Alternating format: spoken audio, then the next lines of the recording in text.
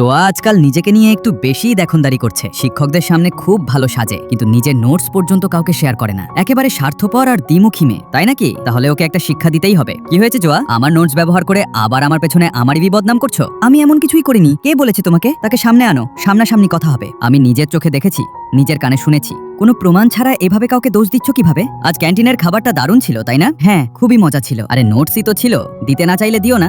এত বড় বিষয় বানানোর কি আছে? তুমি পুরো সত্যিটা জেনেও সবাইয়ের সামনে আমাকেই দোষ দিচ্ছ। কিন্তু সিয়া তো কাঁদছে, কাঁদলেই কেউ সঠিক হয়ে যায় না। ও আমার বদনাম করেছে, আমি তো কাঁদিনি, তাহলে ও কেন কাঁদছে? এই মৌসুমে আঙুরের দাম অনেক বেশি, তাই অল্প করে এনেছি। খাবে? হ্যাঁ অবশ্যই। তারপর আমি একে একে সব আঙুর খেয়ে ফেললাম। আরে তুমি তো সবগুলোই খেয়ে ফেললে। তুমিই তো খেতে বলেছিলে, কিন্তু সব শেষ করে দিতে বলিনি। কি হলো? খাওয়ার জন্যই তো দিয়েছিলে। আরে কেঁদো না, কয়েকটা আঙুরই তো ছিল।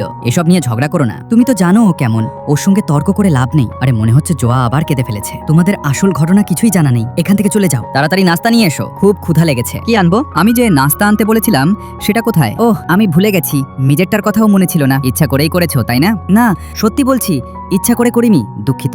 এতটুকু বিষয় নিয়ে এত রাগ করছো কেন? নিজেই গিয়ে কিনে আনতে পারতে। নিজেই ওকে আনতে বলেছো, এখন আবার ওকেই বকছো? আমি আগেও দেখেছি, হোস্টেলেও তুমি বারবার জুয়াকে কষ্ট দাও। এটা খুবই ভুল। শান্ত স্বভাবের মানুষদের এভাবে কষ্ট দেওয়া বন্ধ করো। বাহ, কি সুন্দর অভিনয় করতে পারো। এটা কি করছো? এখন আর নিরীহ সাজার নাটক করো না। আমি তো শুধু তোমার সম্পর্কে দু একটা কথাই বলেছিলাম, তার জন্য এত বড় নাটক করার কি দরকার ছিল? তাহলে তুমি স্বীকার করছো তুমি আমার বদনাম করেছো? যদি কথাগুলো সত্যি হতো তাহলে যত ইচ্ছা সবার কাছে বলতে পারতে, কিন্তু সবই ছিল মিথ্যা। তবুও তুমি সবার কাছে ছড়িয়ে দিয়েছো। তাই এখন আমাকেও সত্যিটা সবার সামনে আনতে হবে। দেখেছো, বাসন ধোয়ার পরও তুমি জুয়াকে বিরক্ত করছো। তুমি কি নিজের চোখে দেখেছো? এখনো কি জুয়াকেই দোষ দেবে? আমার তো মনে হয় আসল স্বার্থপর আর দ্বিমুখী মানুষটা তুমি। চলো এখান থেকে। দাঁড়াও, তোমাকে আমি দেখে নেব।